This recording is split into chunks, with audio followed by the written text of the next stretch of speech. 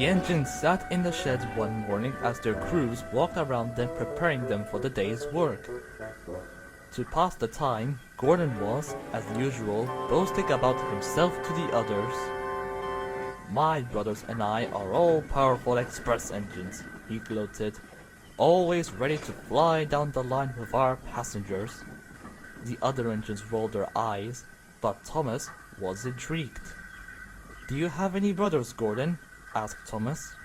"Oh yes, and many cousins too. They're all big and important like me."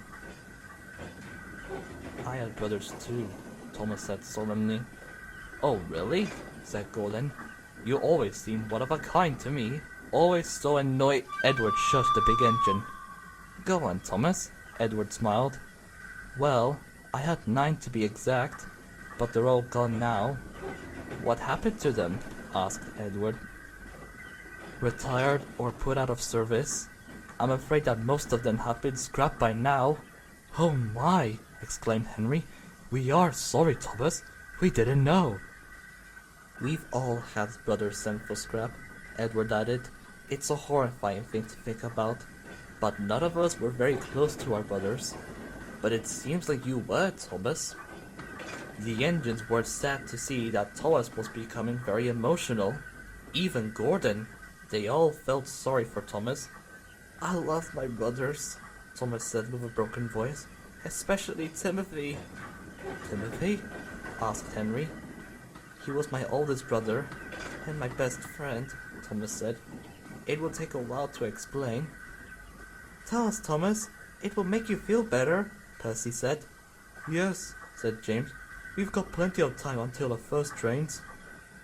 And so Thomas began his story. "My brothers and I were built many years ago near the south coast of England.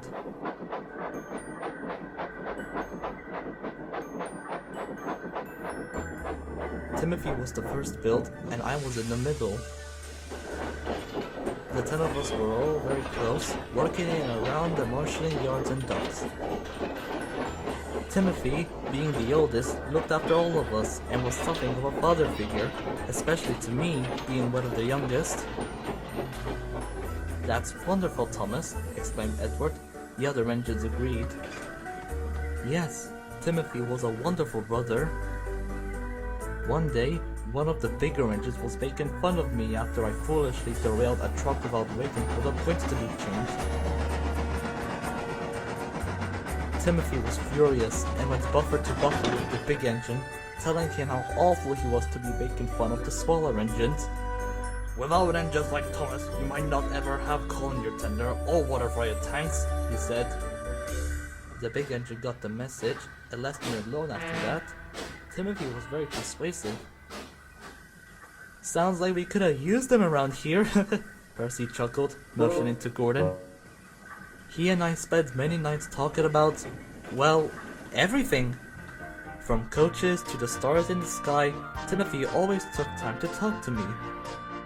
No question was ever too stupid, and he always had a word of advice for me.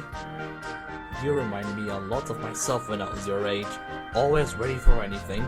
But never be afraid to be yourself, Thomas, and always take opportunities when they're presented to you."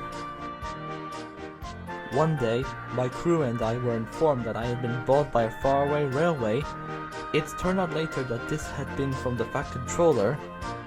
I didn't want to leave England, but Timothy reassured me and said, "You're growing up to be a fine tank engine.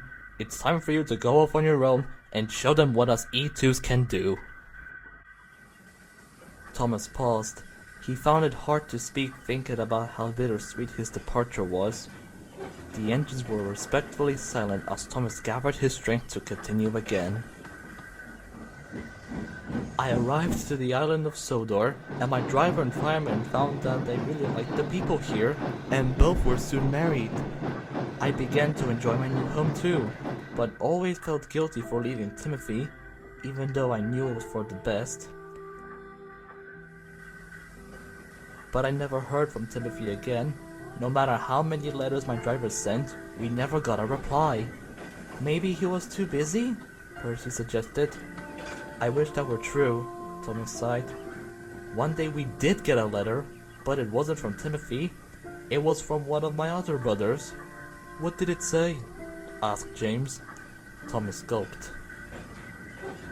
It said that Timothy had plunged off of a new viaduct they were constructing near the harbor. His brakes had failed and he couldn't stop at the station.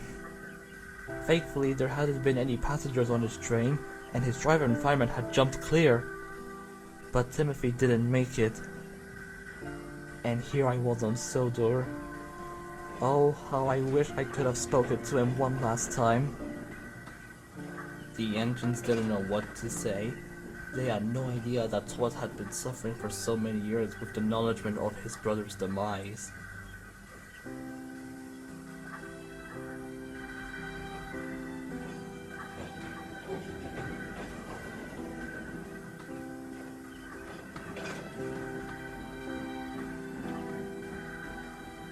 But it was apparent that Gordon's boasting about his brothers, some of whom were still healthy and running well, had been in poor taste.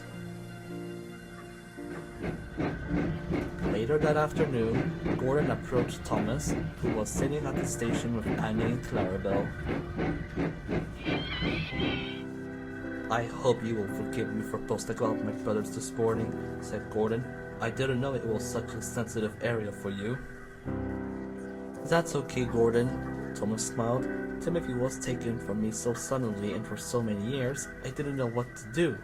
But Timothy was right about one thing. What's that? Asked Gordon. He was right when he said that I should take opportunities when they're presented to me. Though I left him in England, I will never regret coming here and meeting all of you. And we're glad to have you here too. We will always look out for you. Thomas simply beamed. Though he didn't have his big brother anymore, he had a lot of peace in knowing that he had family here on Sodor too.